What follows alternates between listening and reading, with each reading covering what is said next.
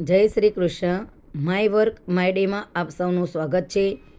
24 April 2026 1059.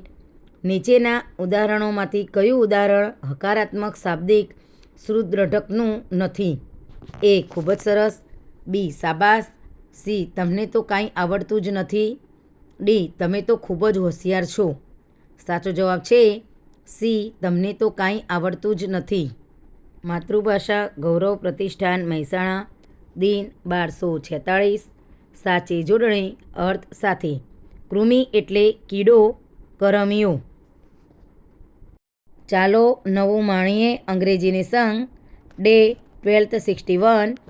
Idioms and phrases, રૂઢિપ્રયોગો અને શબ્દ સમૂહો. 34. Every now and then, from time to time, વારંવાર. Why do you bother me every now and then about this matter? આજનો સુવિચાર. 17.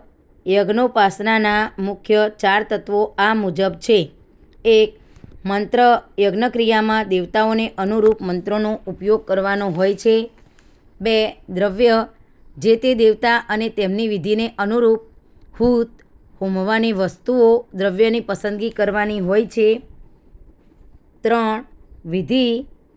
જેમ વેદના મંત્રો અપૌરુષેય છે તેમ યજ્ઞ વિધિ પણ અપૌરુષેય છે. તમામ ક્રિયાઓ આંતરદર્શનથી ગોઠવાયેલી છે. આમ યજ્ઞની વિધિ આર્ષદ્રષ્ટાઓનું, ઋષિઓનું આર્ષ દર્શન જ છે. 4. ભાવ.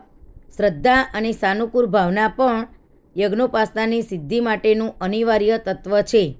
માટે ચિત્તભાવ જ આધ્યાત્મિક વિકાસની ભૂમિ છે. શ્રી रामकृष्ण शर्मा. आज का हेल्थ टिप्स. रोजाना 1 चम्मच शहद लेने के फायदे. 1. शरीर को बीमारियों से लड़ने की ताकत देता है. 2. खांसी और खराश में राहत देता है. 3. पेट को साफ रखता है और गैस अपच कम करता है. 4. प्राकृतिक शुगर होने से तुरंत एनर्जी देता है. 5. त्वचा को निखार और नमी देता है. आज का गीता उपदेश. सफलता का रहस्य है कर्म करो, फल की चिंता मत करो. आपनो दिवस शुभ रहे. आभार. जय हिंद.